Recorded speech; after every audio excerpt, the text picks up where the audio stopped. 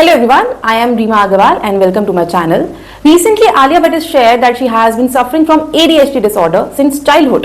तब रिसेंटली मैंने एक पर्सनालिटी जो भी क्या होता है साइकोलॉजिकल टेस्ट किया और मुझे पता चला कि मैं ADHD के स्पेक्ट्रम में काफ़ी हाई हूँ, मुझे ADHD है. Why she shared something which is so personal to her to create awareness. Today we have with us Mehak Gupta, who has done her Masters in Cognitive Science from IIT Delhi and currently she is pursuing her PhD in Psychology from IIT Delhi to share her experience on ADHD disorder. Hi Mehak. Hi. So ADHD in simple terms क्या है? So ADHD, it stands for Attention Deficit Hyperactivity Disorder. It is characterized by coexistence of two sets of problems, attention problems and hyperactivity, impulsivity related problems. Broadly, इसके अंदर attention related problems हो सकती हैं या hyperactivity, impulsivity related problems या combination of these two. जब हम attention related problems की बात करते हैं तो कुछ problems आती हैं जैसे focus related problems और detail orientation में problems. Hyperactivity related problems में there can be complaints of excessive movement, complaints of fidgety nature or complaints related to interruptions while having a conversation with somebody. Then this disorder is more relatively identified among children and it is a neurobehavioral developmental disorder. So क्या ADHD by birth he exist करता है या फिर ये kids में एक certain age में develop हो रहा है और क्या ये adults में भी आजकल बहुत commonly observe किया जा रहा है? ADHD is identified among children more than it's identified in adults. It is, however, a common myth that it only occurs in children. It is also diagnosable among adults. But what happens is in a lot of the cases where it is diagnosed in adults, these symptoms may have been present during childhood as well. And जैसे जैसे वो बड़े होते हैं, जैसे वो interact करते हैं सोसाइटी में, वो develop करते हैं, they learn to mask some of the symptoms. वो अपने symptoms को manage करना सीख जाते हैं, monitor करना सीख जाते हैं, तो nature of symptoms may change, but it is also present among adulthood and not just children. So like you said कि ADHD is identifiable in kids. So कौन से ऐसे इनिशियल साइंस होंगे ADHD के जो पेरेंट घर में ही ऑब्जर्व कर सकता है या डिटेक्ट कर सकता है अबाउट देयर चाइल्ड? हाँ, ADHD के कुछ साइंस एंड सिम्टम्स हैं जो पेरेंट्स अपने बच्चों में ऑब्जर्व कर सकते हैं या नोटिस कर सकते हैं घर पर.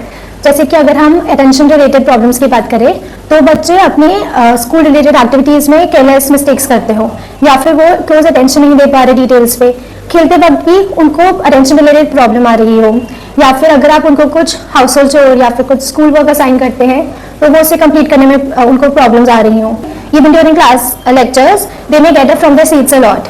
And these, the children who are diagnosed with ADHD, they are often described as if they are always on the go, as if they are driven by a motor. However, when it comes to diagnosing ADHD, it is important that the symptoms are not just present in one setting, but they are present across settings. इसका मतलब है कि ये symptoms work place में भी होने चाहिए, school institutions में होने चाहिए, घर पे भी होने चाहिए. And these symptoms must be present across a long period of time, for instance 6 months. क्या ADHD 100% क्योरेबल है और अगर हाँ तो इसके क्या ट्रीटमेंट्स अवेलेबल है इंडिया में? सो ADHD एक न्यूरो बिहेवियर डिसऑर्डर है. ये 100% क्योरेबल नहीं है लेकिन ये ट्रीटेबल ज़रूर है.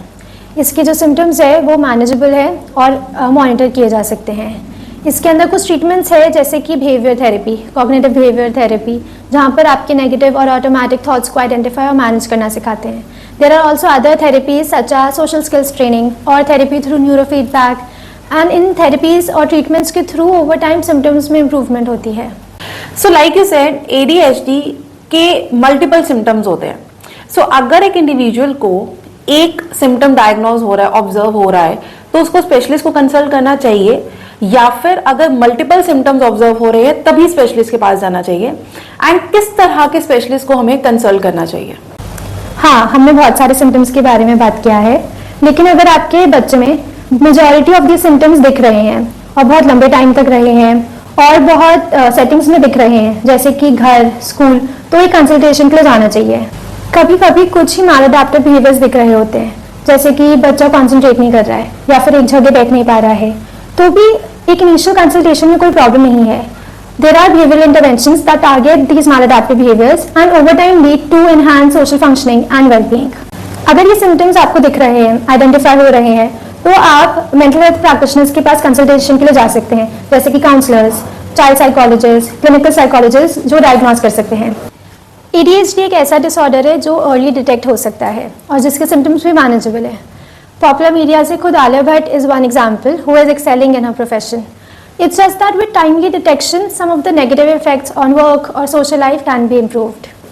Thank you so much, Mehak, for providing so many insights about ADHD. Probably ये timely detection में बहुत help करने वाला है. Thank you so much for inviting me.